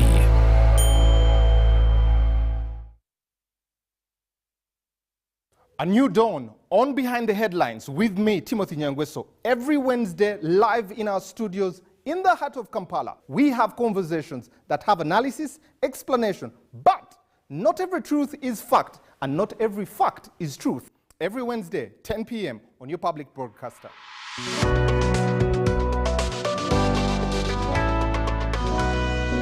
on your public broadcaster, UBC, inspiring Uganda. Live from UBC Studios in Kampala. This is Good Morning Uganda. Live from UBC Studios in Kampala. This is Good Morning Uganda.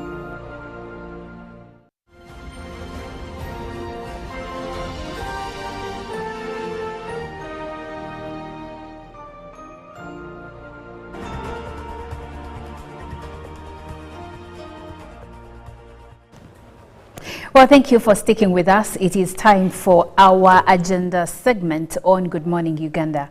I'm Olive Monica Najuma.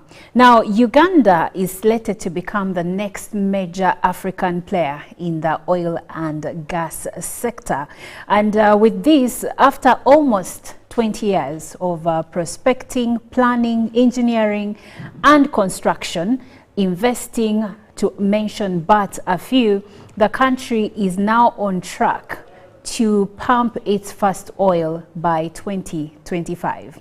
Now, with this comes many different opportunities, especially investment opportunities.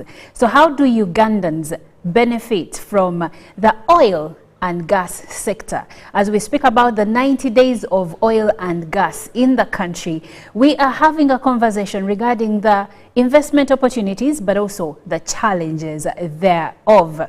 And to have this conversation with me is Dr. Marian Sebunya, who is the CEO BTS, which is a member of UCMP, which is the Uganda Chamber of Miners and Petroleum. Thank you so much for joining us today. You're welcome. Thank you too for the opportunity to share. Well, I'm happy to have a conversation with you because you see, a lot has been said about the oil industry, oil and gas industry, and the biggest question many Ugandans have been asking is on investment. How do we benefit? How do we join this sector in as much as we are not going to be the ones mining? How do we play a part? So, Doctor, you are well versed with investment and especially in terms of transport and logistics. So how has the government, the Ugandan government, facilitated investment in the sector? Thank you. First of all, first and foremost, we thank the Chamber for this opportunity, and we thank you too for sharing countrywide when we come here. And we thank the Chamber particularly for partnering with government in a way of public-private dialogue. They work with the Minister of Industry, Minister of Energy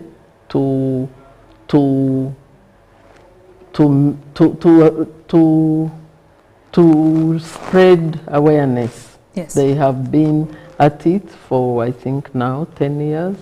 And these 90 days, every year there is going to be a conference that we share, especially those who have participated, like BTS clearing and forwarding. The opportunities are many in all the sectors of the economy to participate in oil and gas. Yes, we will not be the oil companies, we will not be the operators, but somehow the effect will trickle down even to the local communities. Yes. So, and in particular, I would like to thank government for doing the local content policy, where they ensure that as much as possible that can be done by Ugandans will be done by Ugandans, by law, by policy. Yes. Okay, so what specific areas within the oil and gas sector do you see to be most promising for those that intend to invest?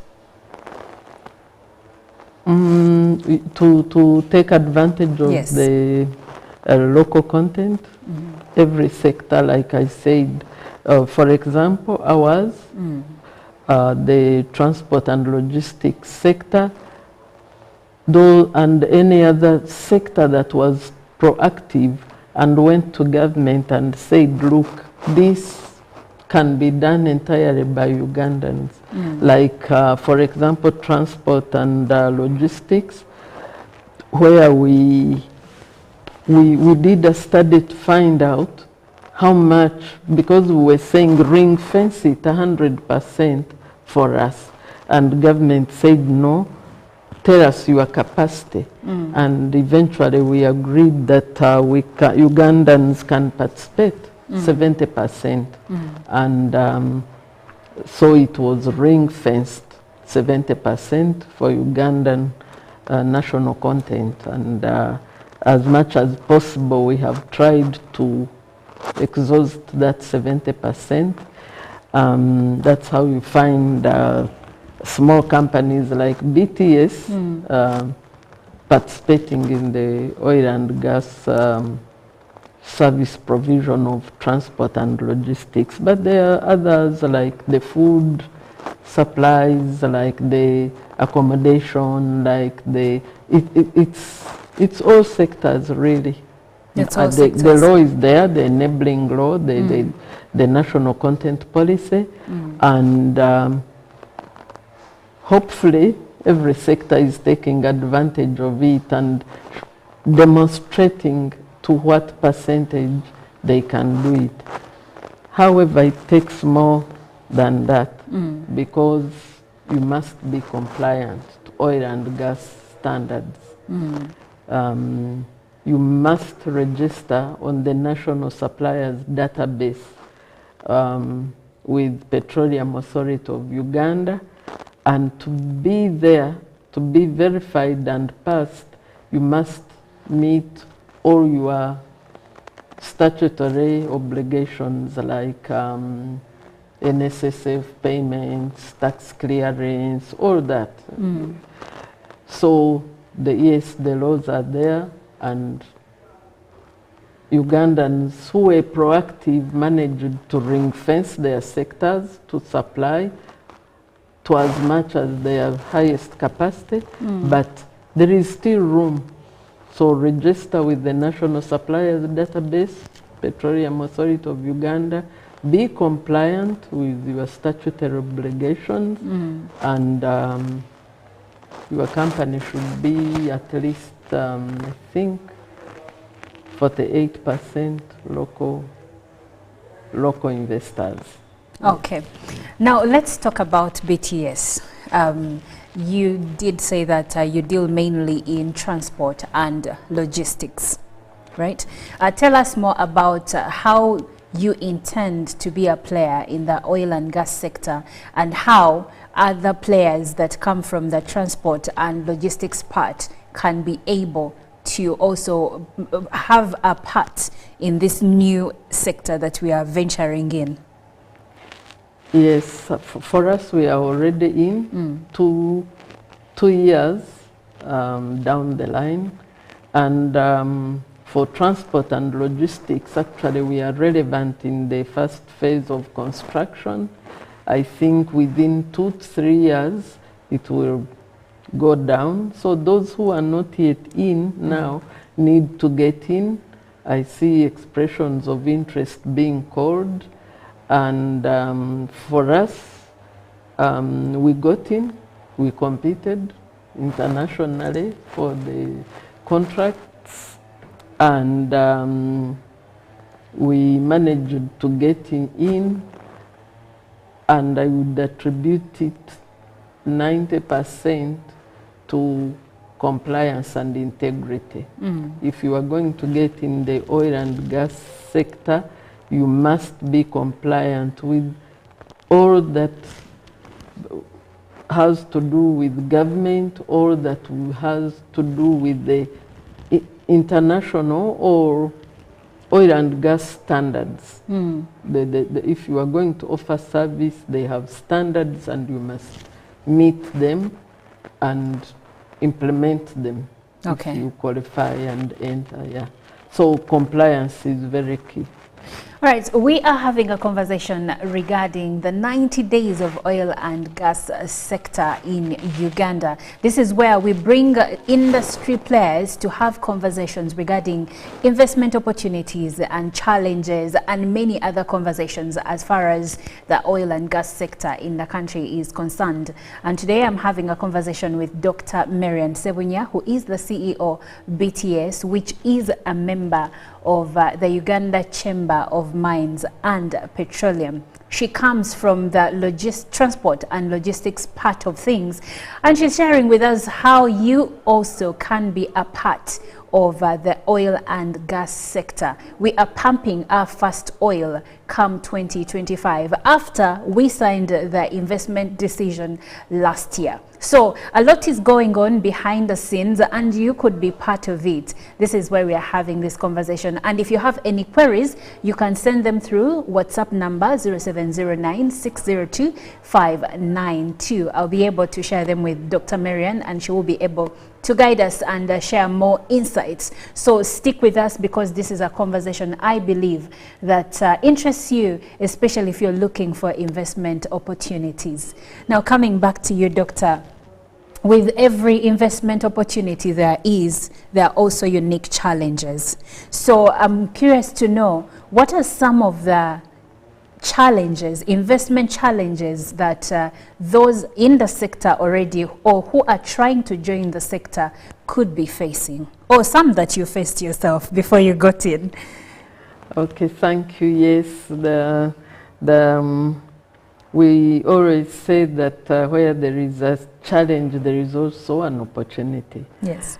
The challenges are many. The most important for our local investors, the hardest hurdle we have had is the financing. In the transport and logistics sector, it's capital intensive. And the bank interest rates here are quite high. So investing for transport and logistics, first of all, it has to be, it's high investment. But then the bank interest rates where we would go to borrow is the rates are very high, so we keep negotiating here, negotiating there, and the returns on investment in the transport and logistics sector are also minute. Yeah, so that one has been a challenge. The other challenge, of course, like I said, is the standards. The standards expected, the standards you are supposed to meet. For example, let's talk about transport, the trucks that you are supposed to use, and we are saying they should be Ugandan registered trucks or owned trucks. They must not be more than 5 years old. So you are not going to buy a second-hand one to use. Those come at a cost. Yes, it comes at a cost, and then you have those who don't have the muscle, the financial muscle, will have to borrow, and then the second one is the kind of cargo we are moving is not ordinary cargo, and it's not all in containers like we are used to. Some are very heavy equipment. Yes. And the investment you put in, even just for one shipment, is quite high. And then you put in that investment, and the contract you have signed with the oil companies or their contractors, you are supposed to be paid after 60 days.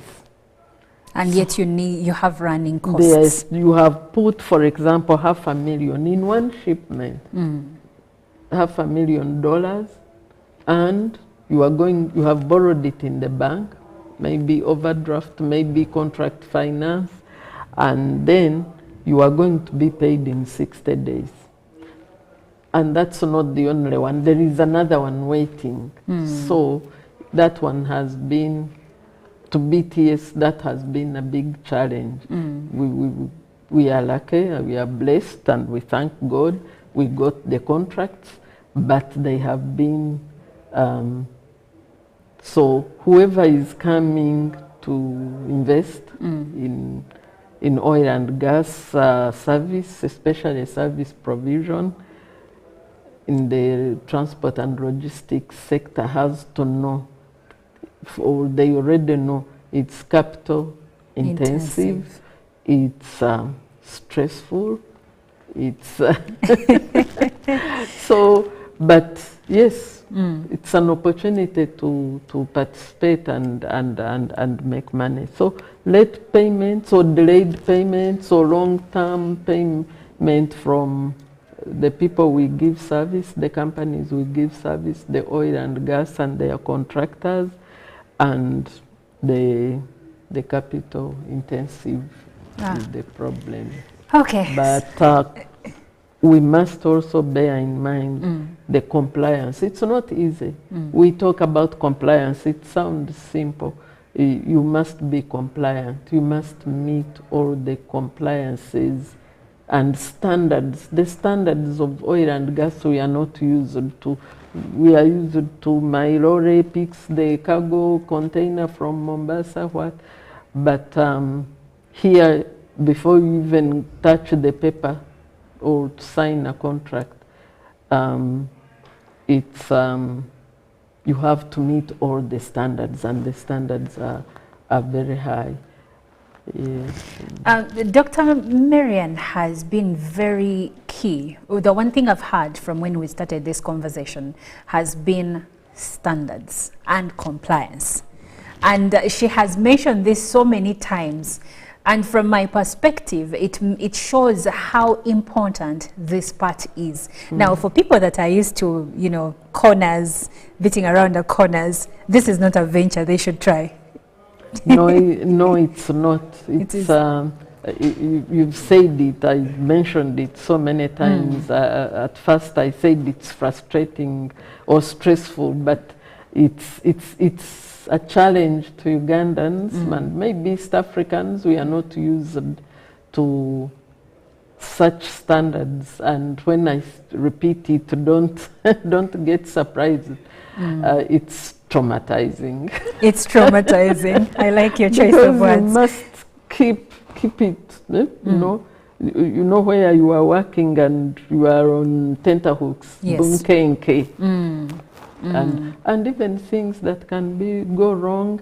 And another challenge that we have had with the oil companies and their contractors is the guarantee, and this applies to every sector that's servicing or supplying to them.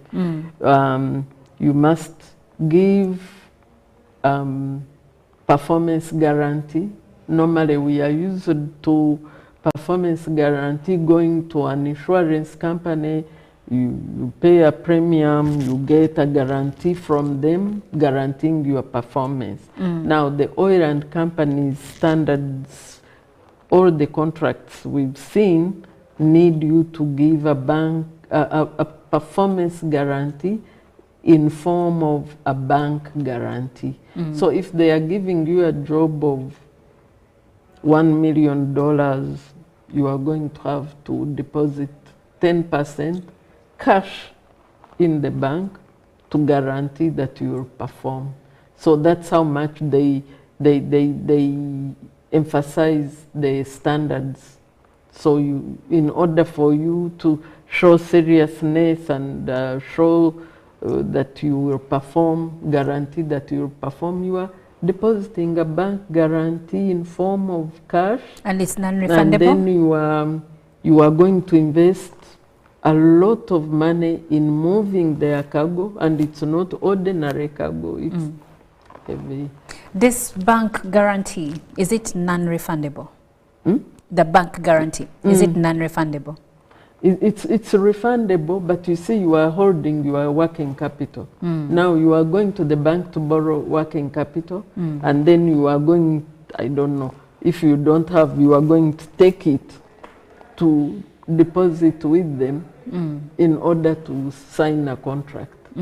If you are going to sign a contract, you must put a performance guarantee.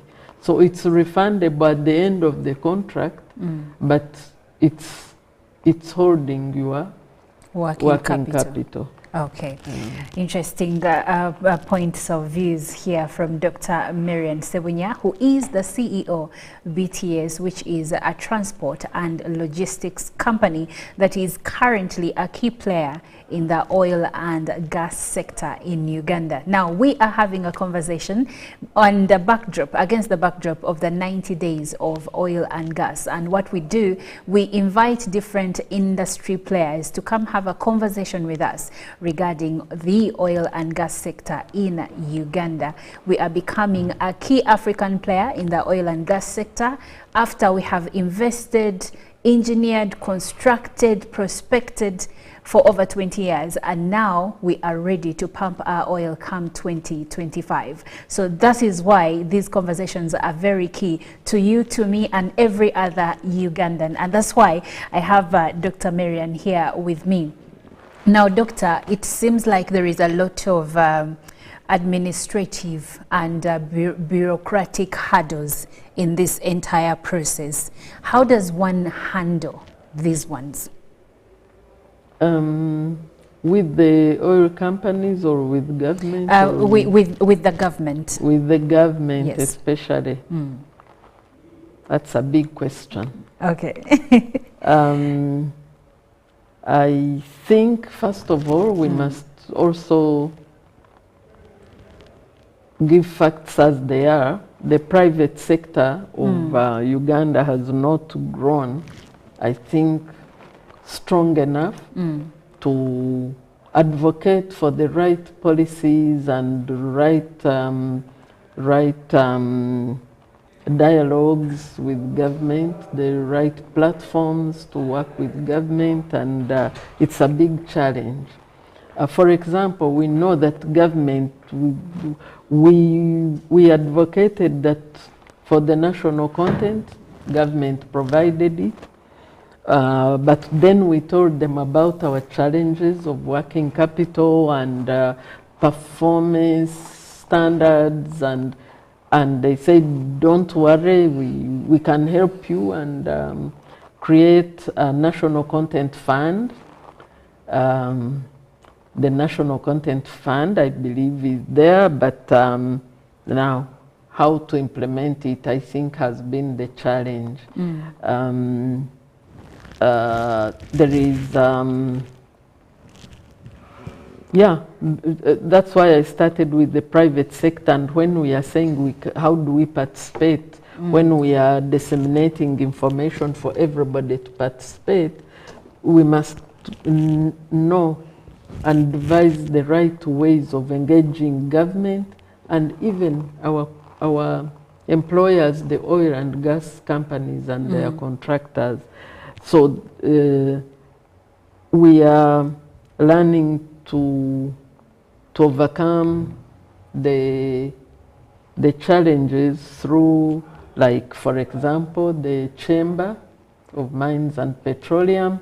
We advocate through them. We've been creating associations, we've been creating chambers to go and engage government on behalf of each sector. And we have even an apex body for private companies associations, like Private Sector Foundation of Uganda. That one is in place. But we have really tried to advocate and put ourselves together to speak with one voice in order to be heard, but we have not quite figured out how do we relate with government. How can we be authorities in our own sectors. Like the chamber tries, but now we know that, like you said, we've been at oil and gas discussions for the last 20 years. I think the chamber has been for 10 years. But we still haven't figured out how do we advise or engage with government meaningfully with results. Yes. That's still a challenge.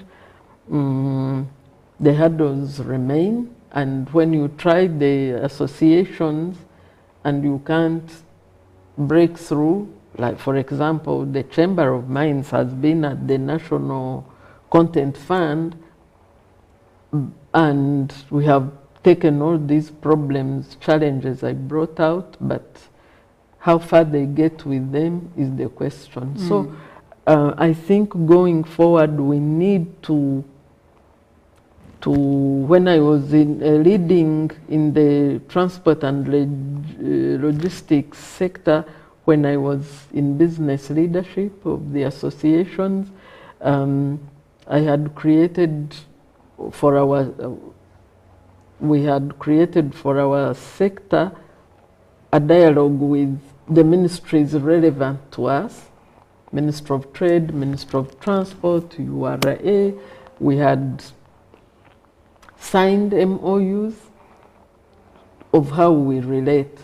So, but ours was very successful because we began to see value in each other, government and private sector, because the government does not know business, so it can't create an enabling environment unless they are having a dialogue with the relevant private sector.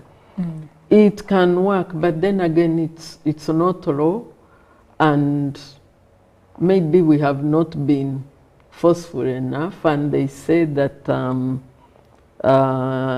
any economy is as good as the private sector. That's right. You know, the strength of the private sector is the one, and government has not seen the value of, like, saying the private sector are the ones who grow the economy. Government the challenges we have is they are looking at us as a cow to milk. The taxes, people are demonstrating about taxes all over the place. So they look at us not as partners in building the economy or developing the country. They but look as at a us way of as, milking.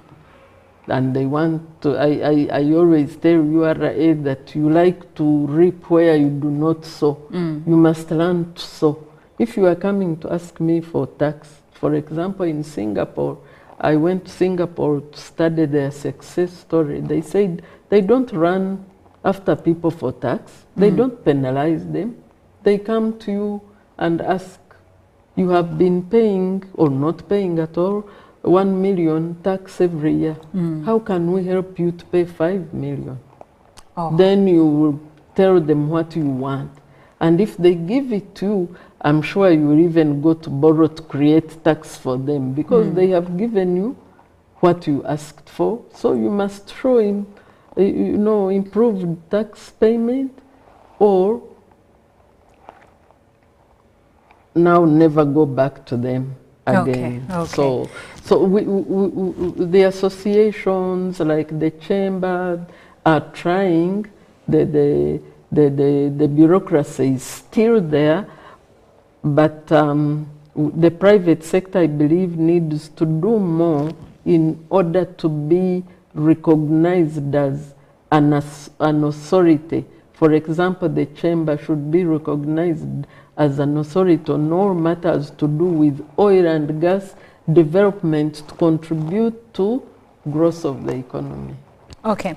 Now, against that background, Doctor, what would be some of the factors you would wish for government to consider in a bid to help the private sector that is a key player in the oil and gas sector as well?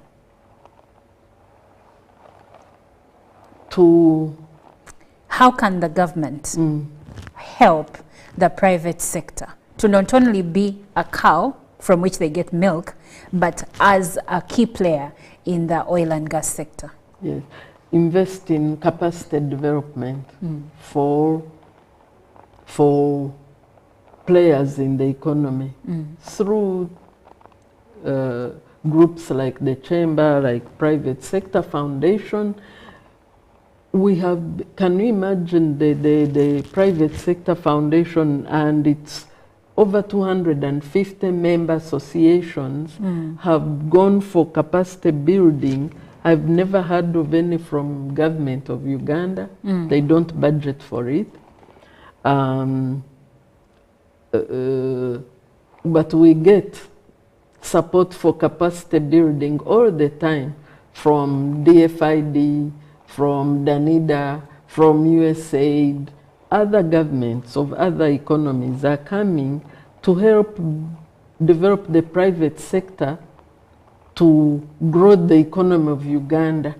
I would wish to see Uganda government investing in capacity building. I know today, together with Private Sector Foundation, they have tried to do skilling through the Ministry of Education, and thanks to our committed minister now, because she brought it out like, let's not go to academic, let's skill people, everybody to be able to sustain themselves at least. So we would want to see one, investing in capacity building. You know, your economy will be grown by people and companies. Yes. Invest in those companies or associations to develop their members to grow your economy, and then you can collect tax faster, easier, and more tax anyway. Two, invest in research. I do not know whether we have a budget for research in this government, but even as private sector, when we go out of our way and do research studies, you present them, they do not want to look at them or use them because they have not been part of it. It must come from government. So I would suggest that they invest in research also. Then they would know how to develop the private sector to do business and pay more tax. Yes. Okay, I have some views coming through. This is from Stephen Tumwesije, and he says you have presented very well, and he goes on to say, let the doctor connect us for job opportunities in the oil and gas sector. He is enjoying the show from Kazo district. So doctor, probably you may not be in position to say, okay, let me connect you like this in the oil and gas sector. But maybe the bigger question here is, are there job opportunities? Because we've been talking about investment opportunities, but for those that probably do not have the capital to invest in the sector, would you say there are job opportunities for them? Because many young people seem to be interested to join the sector. Yes, as companies like us invest, we expand, so there will definitely be job opportunities. For example, before oil and gas, BTS had, I think, 18. We were a small company of 18 employees. Today we are going to 50.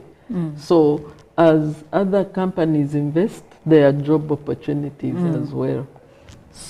Yeah, connection is, like I said, first of all, work on your standards, your integrity, your compliance, your work ethic, your professionalism. Yes. Because even jobs like in a company, small company like mine, you give people a job, and when they get there, they are lackluster, lazy, complacent. They are complacent. They're there. They are not. We have not.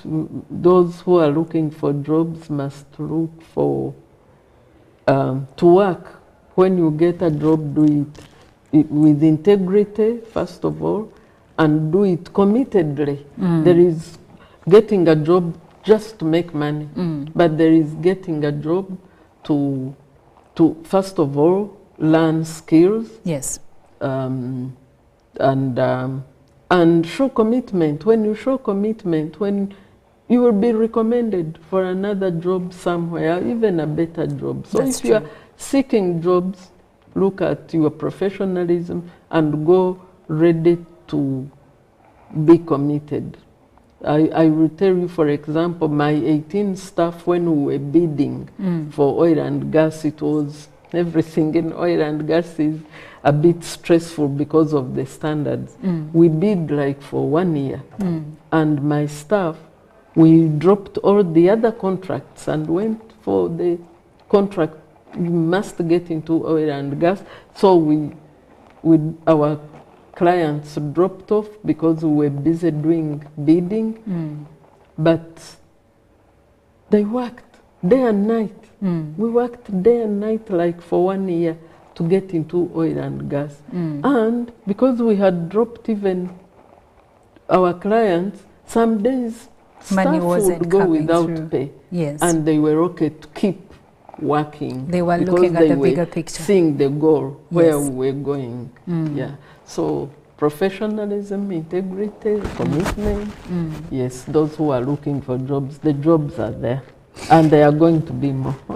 Interesting perspective. And I agree with the doctor's words. You must work on your attitude and you must work on your work ethic, because you're not going to get a job and then someone babysits you into doing your job. Now, she is a CEO of BTS, Transport and Logistics Company. So as she's busy trying to find capital, she's not going to be there to tell you what to do.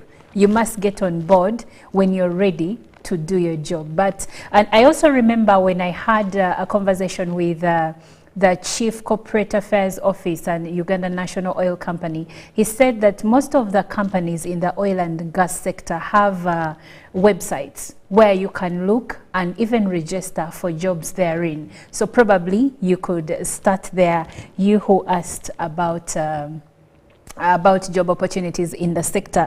Now, Doctor, there is another one who is asking, please leave your names. It's important for us to know who we are speaking to or who is speaking to us. Doctor, this one is asking how much, okay, let me leave it to the doctor, but he's asking, how much do I need to start to start a business in the oil and gas sector? And he's asking if you offer private consultations. That one would like to offer private consultations. He's asking if you give private consultations. Yes. How much? No. The first question he was asking was how much is needed for someone to start in this business? And I believe this question is quite general. But he also asked if you offer private consultations.